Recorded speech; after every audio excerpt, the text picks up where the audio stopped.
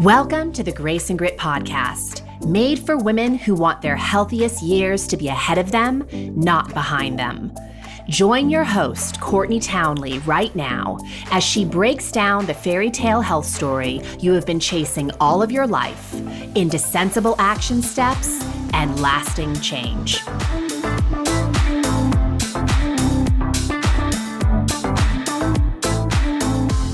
Hello, my friends, and welcome to the Grace and Grit podcast. This is your host, Courtney Townley. As always, I'm very happy that you're here.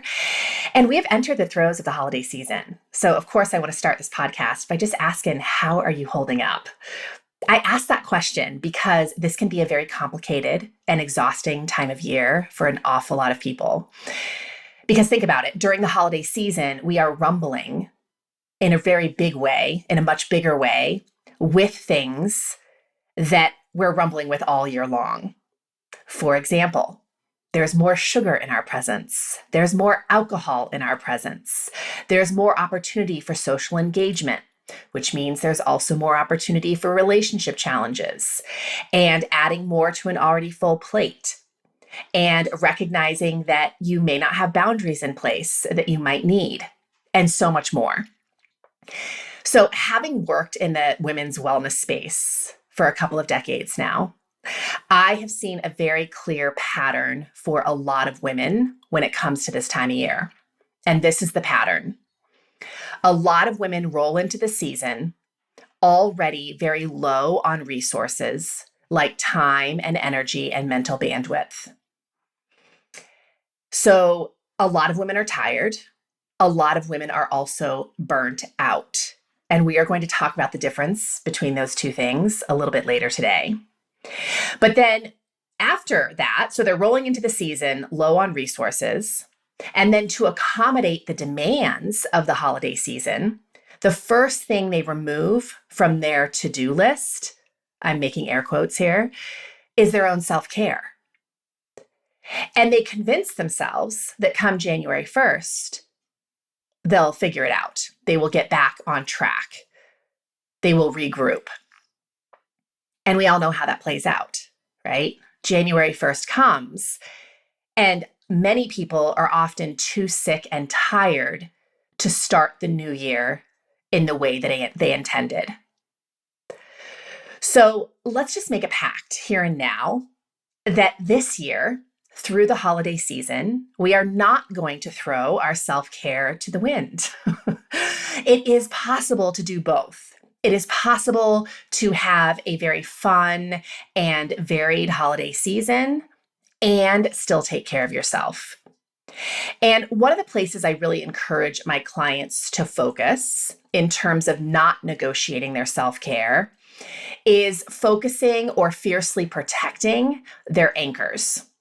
Because let's be honest, your self-care in December may not look like your self-care in October or February, because there's a different climate of stress that you're contending with right now. And so it would make sense that you make concessions for that stress by not expecting so much output from yourself. That being said, there are certain elements of self-care that will cost you dearly if you consistently negotiate them through the season. And one of those things, which I've talked a lot about on this podcast, is the need for sleep. Sleep is an anchor for everyone, meaning it is something that helps us to refuel our mental bandwidth and our energy and our resilience and our immunity. So sleep is beneficial to everyone. And think about this. When sleep is not happening, or you're significantly diminishing the amount of sleep that you're getting, there's a big trade-off for that. You become a lot more reactive, meaning you will engage in a lot of behaviors that honestly probably pull you out of integrity with yourself. And a lot of us get very dramatic when we're tired. And I always think of toddlers because whether you have children or not, we've probably all had the experience of being in the presence of a tired child.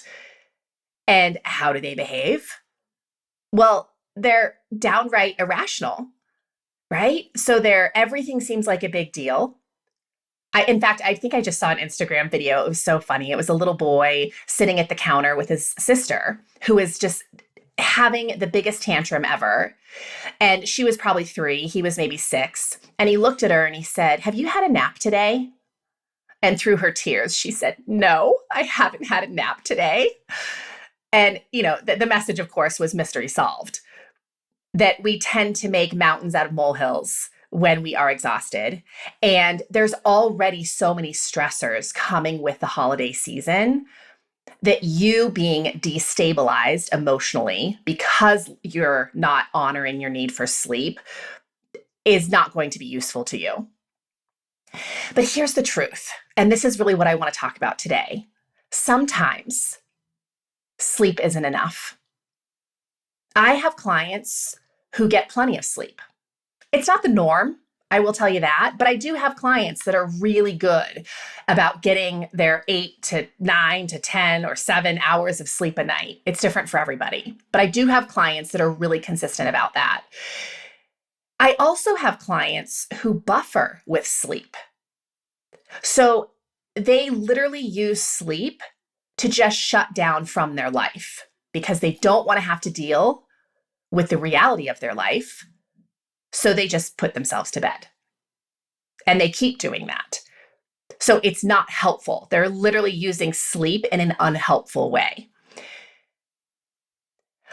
But when I mention these clients that are getting enough sleep, and this isn't all of them, of course, but I have clients that are getting plenty of sleep, that are not buffering with sleep, who are also feeling very flat and unenthusiastic about their life.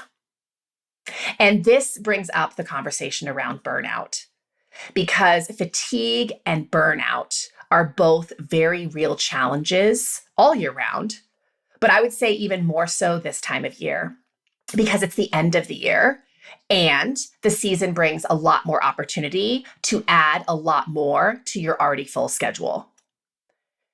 Now, the solution to fatigue and burnout is not the same thing. They can be similar. There can certainly be crossover in the solutions, but they often require a different approach to self-care. So if you're physically tired, sleep and rest, of course, are going to be a pretty big part of that solution. Not the entire solution, and you'll understand more about that here in just a second. But if you are mentally and emotionally burnt out, feeling flat, feeling uninspired, consistently feeling unmotivated, it could be that sleep and rest is a much smaller piece of the solution. And you might actually need much more to remedy the real issue. So that's what I want to talk about today. What is the difference between fatigue and burnout? So fatigue, I like to think of it as really a physical sensation in the body. We get tired. Being tired is not an emotion. It's a physical sensation. I want to go to sleep. I want to get rest. It's a chemical disruption. So of course, I always look up words, right? I always look up words to make sure that I'm thinking about them in a way that, I guess the rest of the world defines it. But the definition of fatigue is extreme tiredness resulting from mental or physical exertion or illness. But I love the second definition of fatigue as well, which is a weakness in materials, especially metal. Okay, so they're using metal as the example, caused by repeated variations of stress. But let's think about this for a second, because I think that second definition, a weakness in materials, applies to cellular health. When we are not taking care of our metabolic function, when we are not taking care of ourselves on a cellular level, which that's really what I mean when I say metabolic function. Metabolism is all the jobs that your cells do in a day, right? The building, the detoxing, the transporting, so many things your cells are responsible for. And when we are not taking care of basic chemical needs, our basic biological needs, of course, there's a weakness in the materials that help our body and brain to function well. So, the science of fatigue, and this is a very summarized version, but really, fatigue is the suppression of nerve cell activity. And that suppression of nerve cell activity is what causes feelings of drowsiness. But I really want to lean in here to this idea that a lot of fatigue is caused by metabolic dysfunction. So, yes, lack of sleep absolutely can contribute to our cells not working as efficiently as they could. And remember, one of the big jobs of your cells is to produce energy. So, if we are not giving our body the materials and the care that it needs to produce energy, of course, we're going to feel the effects of that. So, quality and quantity of sleep, of course, impacts fatigue. Illness impacts fatigue. And I got to tell you, this past week, my body was battling something. My very loving 13-year-old son brought home, and it sort of resembled a chest cold, but it never moved into my head, and I didn't really feel terrible, but man, was I tired. And it just reminded me that when your immune system is doing its job, it requires a lot of resources, which can make you very tired. So I tell you that to hopefully help you extend your self-compassion the next time you're feeling a little off, because the reality is you may not feel terrible, but your immune system might be in hyperdrive. And that could be contributing to your feelings of fatigue. But other things that contribute to our feelings of fatigue outside of illness, outside of sleep and rest, are, of course, things like nutritional deficiencies. Even just being dehydrated can make us really tired. Excuse me. It can impact the way that our cells function. It can limit the way our cells function. Your body has a very big demand for water. Every biological process requires water. So when we're short on it, we're going to feel tired because our cells can't function as well as they would in the presence of adequate hydration. But also, nutritional deficiencies, of course, come in the form of food. When we aren't eating foods that our body recognizes or that our body can't break down to utilize in the way that it might be able to utilize other foods, that can create a lot of metabolic dysfunction, which, of course, again, is going to make us feel really tired. Lack of movement can cause fatigue. Right? Movement is a big part of cellular health. And it's tricky, isn't it? Because when we don't move, we feel tired. And when we feel tired, we don't want to move. So we stay in this crazy cycle for months, years, or an entire lifetime.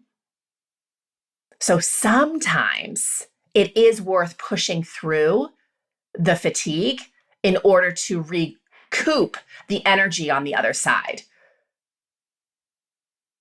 Managing your brain can help with fatigue because stress, which we're going to talk about pretty intensely here in just a second, of course creates fatigue because stress jacks up our nervous system. It puts us in sympathetic mode, which is that fight or flight mode, where we're kind of on alert, ready to run, ready to fight. And that's awesome if you're truly under threat. But so much of the way we think and so much of what's happening in our life is not a true threat.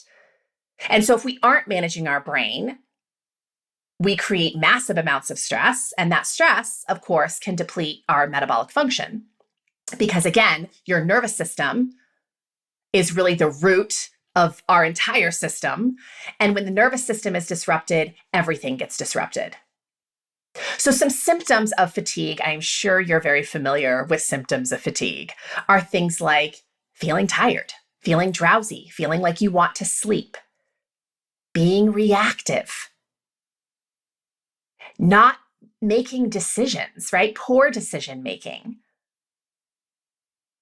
So having the intention of not eating much sugar, but then every time you turn around, you're putting sugar in your mouth. That might be because you're tired and you're in reaction mode. And your body's really smart. Sugar is an amazing way to ignite energy very quickly. Now, it has consequences and it's not long lasting, but your body doesn't care about that when it's in need and desperation of energy. So, if you're really tired and you also happen to be eating a lot of sugar, I just want to offer there's a connection there.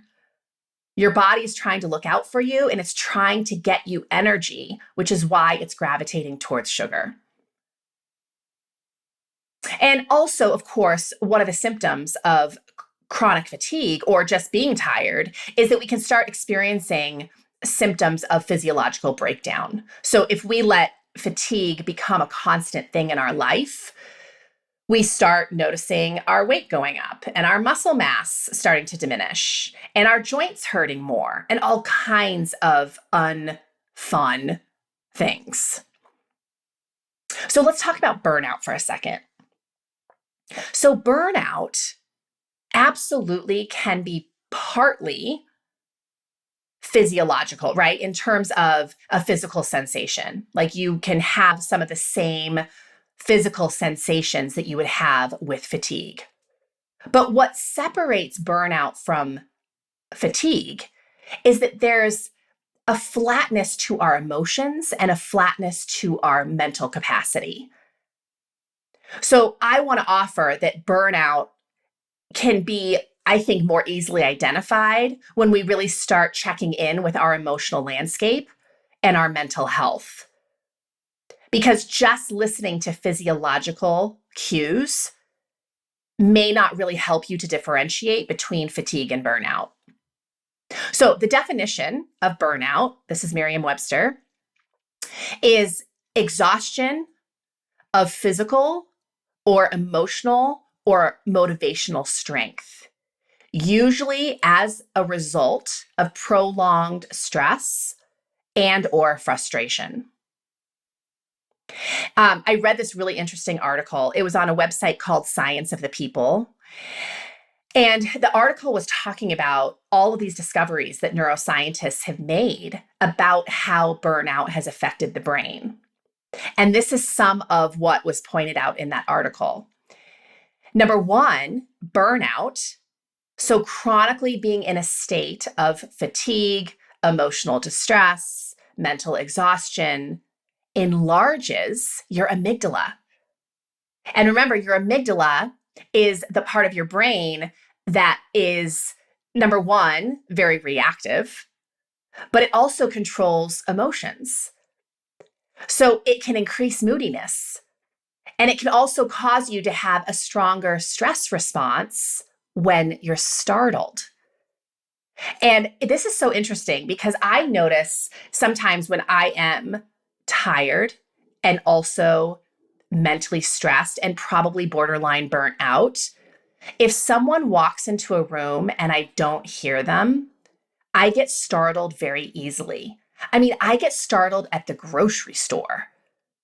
You know, obviously there are people in the grocery store with me, but if someone is standing too close to me, I will sort of jump because I just am not as aware. And I know that this is a nervous system response too, right? My system is in that fight or flight mode looking for danger. So I think it's fascinating that burnout enlarges our amygdala. It also causes the prefrontal cortex, remember, which is your executive center. It's the part of your brain that allows you to parent the amygdala.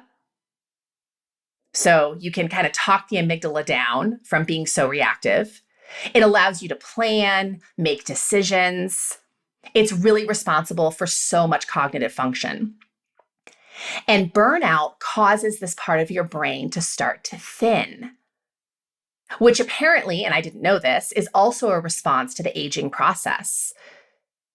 But they're finding a correlation between this thinning of the prefrontal cortex, not just in the aging process, but with being in a state of prolonged stress. This thinning occurs much more rapidly. So interesting to know. which means we're not such awesome decision makers.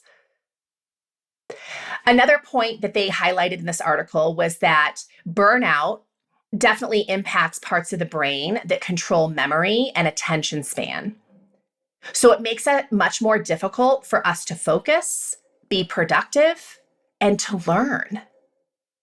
And it makes sense, right? Because a dysregulated nervous system is going to cause all of those things. The brains of people who are chronically burnt out show similar damage as people who experience trauma, which again makes a lot of sense to me when you start having kind of a basic understanding of how impactful the nervous system is to your overall health. And lots of things disrupt the nervous system, not just trauma, or I should say trauma, but macro and micro trauma. And micro traumas are kind of the daily traumas, just having too much to do all the time, not having crucial conversations that need to be had, not setting boundaries, always being in a space of thinking about worst case scenario. All of those things can create micro trauma in the body, especially when compounded together, right? And then burnout also reduces the connectivity between different parts of the brain, which can decrease creativity, your working memory, and your problem-solving skills. So what causes burnout? Well, fatigue can definitely be a player. So when we are not getting adequate sleep, we are not in a great position to manage stress well. And when we aren't managing stress well on a pretty consistent basis, of course, this can lead to burnout. So fatigue can be a contributor for sure, but I'm going to just say chronic fatigue, like consistently not getting enough sleep. Ignoring stressors because they just seem too monumental to deal with. So we numb them with things like food and alcohol, we ignore them, we suppress these stressors. And of course, none of that makes the stressors go away. It just makes them fester in our body. Not setting boundaries and constantly being the yes person, even though you really deeply want to say no, can lead to burnout. Always adding and never subtracting can lead to burnout. And I see this a lot. I work with a lot of very, ambitious women, high achieving women, go-getting women, and they tend to, and I would put myself in that camp, by the way, we tend to constantly add to the pool of responsibilities without eliminating things from the pool of responsibilities. And so, of course, that is going to lead to a lot of burnout because our system only has so many resources to give. So symptoms of burnout definitely can be physical exhaustion. That could be one symptom, but it's not usually the only symptom. We usually, when we're burnt out, we start to feel indifferent. We start to feel emotionally flat. It's kind of like the screw it attitude. We just stop caring. We feel uncreative. We can't focus. We feel uninspired. We have a lack of purpose, sometimes a lack of drive. In fact, I would say largely a lack of drive. And burnout can also lead to bigger hormonal imbalances, digestive issues, sleep disruption. So you can see how fatigue and burnout, while different, are so intertwined. Because think about it, when you have high levels of stress for long periods of time that you are not coping with, and you start feeling burnt out, you start feeling the effects of burnout, part of that might be that your sleep patterns are disrupted. So then you're not sleeping well, which is creating more fatigue. And when we're fatigued, we aren't making great choices. We're not managing our stressors. We feed more burnout, and on the cycle goes. So there's a psychologist who, by the name of Christina Masloch, from the University of Berkeley, who's done a lot of research on burnout. And she really boils it into sort of three components. And I thought these were really great to highlight. She talks about the exhaustion piece. She talks about exhaustion on a physical, cognitive, and emotional level. So when we're burnt out, we start feeling fatigued on all of these levels, physically, cognitively, and emotionally. And that undermines our ability to work effectively, to be productive, and to feel good about what we're doing. And man, can I relate to this? Because so many times in the course of being a business owner, when I have been in the throes of burnout, I feel like it's all for nothing. I've made no contribution. My work doesn't matter. It's all terrible. It's just amazing where my brain goes. And this leads to her second point, which is cynicism. It's also called, some people will call it depersonalization, but this kind of just highlights the erosion of engagement. When we're burnt out, we start to withdraw. We get very pessimistic and cynical about the world. And it's a way of distancing ourselves psychologically from the work that we're being called to do. So I think definitely, I think a really simple way of saying this is our attitude is hugely impacted. And I know that my husband can vouch for this, that is absolutely true. When I'm in a state of burnout, he will recognize it often before I do because of the way I'm behaving. And he'll say, hey, it's time for you to take a couple days off. Like you need to go away somewhere, regroup, get some sleep, do whatever you need to do because you're not yourself. And I feel so fortunate to be partnered with someone like that because he says it to me in a very compassionate way. It's not in a judgy, mean way. It's very kind and loving. And I love that he knows me so well to see that. The third component of burnout that Masloch talks about is inefficiency. So this can reference feelings of incompetence, a lack of achievement and productivity. People with burnout feel that their skills are slipping and worry that they won't be able to succeed in certain situations or accomplish certain tasks. And I think this is really interesting because a lot of times when we're in burnout, we aren't doing our best thinking. And we are starting to feel like we're falling behind and we're not as good as other people, or we don't have the skills we need to be successful, which then drives this need to keep pushing, which only further burns us out. So just to recap those three components: exhaustion, cynicism, and inefficiency. So burnout, just again, to rephrase this and remind you of this, is really the result of unmanaged chronic stress over long periods of time. And it's really dangerous because it massively disrupts our nervous system. And the nervous system is connected to every system in the human body. So let's get to this piece about different levels of self-care, because I think this is really kind of the tangible takeaway. How do we start honoring the different needs of fatigue and burnout? And first, I would say, how do we even recognize the difference between fatigue and burnout? And I kind of addressed that a little bit already, but I think probably one of the easiest things to recognize or to acknowledge is, number one, do a resource check, especially this time of year. Anyone who's listening to this podcast today, like, what is the amount of resources you have on board really? And I always use the scale from 1 to 10 to determine this. So 10 being you have tons of resources, 1 being you have absolutely none. How many resources do you really have on board right now for the holiday season? I asked this question to my Rumble and Rise community recently, and I rated myself a 5. I feel like I have some resources, but not a whole lot.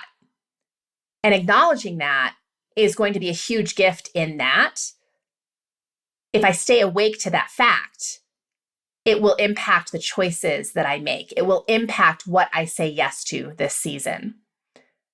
So, what are the resources you truly have on board right now? And then, of course, I would start always with honoring your need for rest and metabolic healing.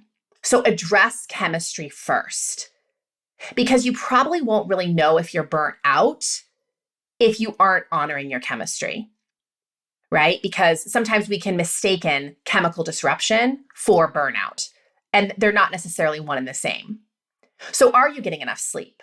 Are you feeding yourself frequently and food that your body recognizes as food? Are you hydrating? Are you managing your stressors to the degree that you have the capacity to? And if you can check those boxes, you feel like you're doing relatively well with those things, but you're still feeling flat, then I think it's definitely worth considering, what more do I need? So just to back up for a second, if it is fatigue, definitely those basic elements of self-care are really important. But you may also need something like a sleep study, because there's lots of reasons that your sleep might be disrupted that you aren't aware of, that no level of chemical self-care is going to heal. So if you have sleep apnea, you could be eating really well and moving your body throughout the day and hydrating, but still not sleeping well. If you have a lot of hormonal disruption, ladies, for so many reasons, right? Maybe you're in the throes of perimenopause. Maybe you're on the other side of menopause. Maybe you just had a baby. I mean, there's so many reasons our hormones can be disrupted. But again, you could be doing all the things and your chemistry could still be unbalanced, specifically your hormones. And so getting a hormone panel done, getting some outside help to look at those numbers, I think can go a really long way in helping you to get more quality and quantity sleep. Once you've taken care of that basic need of sleep, and you are still feeling like, gosh, I'm just still not myself, I definitely think it is worth, and it's always worth looking at these things, by the way. It's not just when you're burnout, because I would hope that you organize your life in a way to prevent burnout. And these things will help you to prevent burnout, because all of these things I'm about to mention are huge stress managers. And they help you to manage stress in a way that actually contributes to your well-being rather than costing you your well-being. So when I think of solutions to burnout, I think of stress management and I think of decompression, things that help me to decompress. So that could be something as simple as taking a break, whether it's taking breaks during the day, which I strongly encourage you to do. I know a lot of you listening eat through your lunch break, right? You're never really taking a break during the day. You're never really taking breaks during the week. You're not really taking weekends off. And so ultimately, you save up all of this need for restoration for a holiday. And then isn't it interesting that a holiday comes and a lot of people get sick? And you don't want to spend your holiday sick. So how can you bake in more stress management and decompression into your daily life? Don't just save it up for the weekends. Don't just save it up for the holidays. It has to be an everyday thing, because remember, your nervous system is meant to oscillate. It's meant to go into, kind of hyperdrive and then really have deep moments of decompression. But if you're never giving it that decompression, you're setting yourself up for a lot of dis-ease. So taking breaks, going on an adventure. I mean, that could be something as simple as driving home from work or to work in a different route, going to a new restaurant for lunch, taking a new hiking trail, going to a different gym. It doesn't have to be like going to Malaysia for 6 weeks. Now, you might want to do that, and that's lovely if you can do that.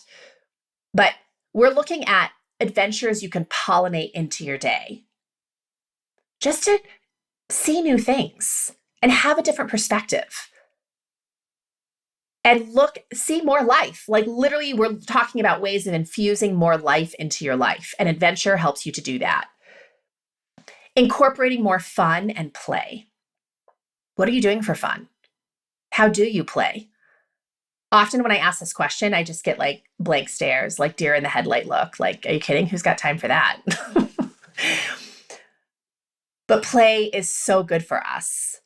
It's so wonderful in terms of stress management. Animals play, children play. As adults, we still have a need for play. We're just ignoring it. So what do you do for play? For me, that looks like going dancing. Dancing is very playful to me. And I always feel a huge stress relief after I've gone dancing. So what does that look like for you? Creativity. Spending a Saturday afternoon working on an art project. Renovating maybe painting the bathroom, right? You keep wanting to change the way your bathroom looks. Planting some flowers. Sitting down to write. Creativity, again, looks very different for everybody. But it can really help us to soothe our nervous system and get ourselves out of that constant stress mode. Being out in nature, getting outside and breathing fresh air, really observing nature, listening to nature, getting your feet in the grass, which is a joke right now. Me in Northwest Montana, there's like 3 feet of snow already. But getting outside and even just feeling the cold on your skin, all very soothing to the nervous system. Creating pockets in the day of non-doing. I always call this white space. My community is very well-versed on this term. And it's a really simple concept. White space is literally space in your calendar that nothing gets scheduled. 10 minutes here, 20 minutes there. Maybe it's a couple hours on a weekend. But you just get to decide when that time shows up. What do you feel compelled to do? Do you want to take a nap? Do you want to just sit and stare out the window? Do you want to do a creative pursuit? It's not a to-do. It's an invitation to be in the moment. So where is white space falling in your calendar? And then, of course, connection. Connection helps ignite so much great chemistry in our body. Oxytocin, I've talked about it a lot on the podcast. Again, it's a very soothing chemical for the body. It helps to bring us out of a state of stress and into a space of decompression. So obviously, these are just some ideas. But this list that I just read you, these are often the things that we put on the back burner when we're in the throes of living life. Who's got time for this? Who's got time for adventure and fun and nature and creativity and white space? It all sounds like a luxury. But because we think of it as a luxury that we can afford, we aren't making time for these things. And it costs us a lot. Burnout costs us a lot. So just to quickly recap, do a resource check. You owe it to yourself, especially this season, to do a resource check. Be honest with yourself. On a scale from 1 to 10, how many resources do you really have on board to dedicate to doing more this holiday season? How are you honoring your chemistry right now? Are you getting enough sleep? That's like 101. I always start with sleep. If sleep is going well, but you're still feeling tired, are you eating? Are you eating food that your body recognizes as food? Are you hydrated? Are you moving? I'm not talking about preparing for a marathon. I'm talking about getting up and moving your body throughout the day to help generate energy. It doesn't have to be anything epic. And if you can check all those boxes and you're still feeling flat, where can you infuse more life into your life? So a couple questions that might help you. So sleep and rest aside, what do you know helps you to infuse more life into your life? Is it connecting with loved ones? Is it getting out in nature? Is it having a new adventure? Is it doing your artwork? Is it doing your sport? What is it? Make more time for that. And really think about, you're going into a season ripe with opportunity for more stress, less sleep. It's a recipe for a lot of fatigue and ultimately a lot of burnout. And that's not how you want to start 2023. So above all else, I hope this podcast today just inspires you to consider how you might be able to infuse more of the things that help you to stay out of exhaustion and out of burnout during the holiday season, not after it, because that's the game a lot of you are going to play. I'll deal with this after the holiday season. After the holiday season, if you have put your self-care on the back burner, you are not all of a sudden on January 1st going to feel super fired up, at least not for very long, to combat fatigue and burnout. You're going to be so in the throes of fatigue and burnout, you're not going to be able to show up for yourself in a powerful way. So let's not do that this year. All right, my friends, that's all I have for you today. I hope it was helpful. I hope there was something in there that you could take away and run with. And I will see you again next week. Take care.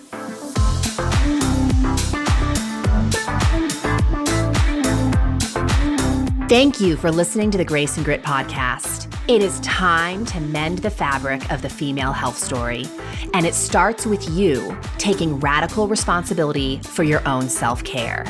You are worth the effort, and with a little grace and grit, anything is possible.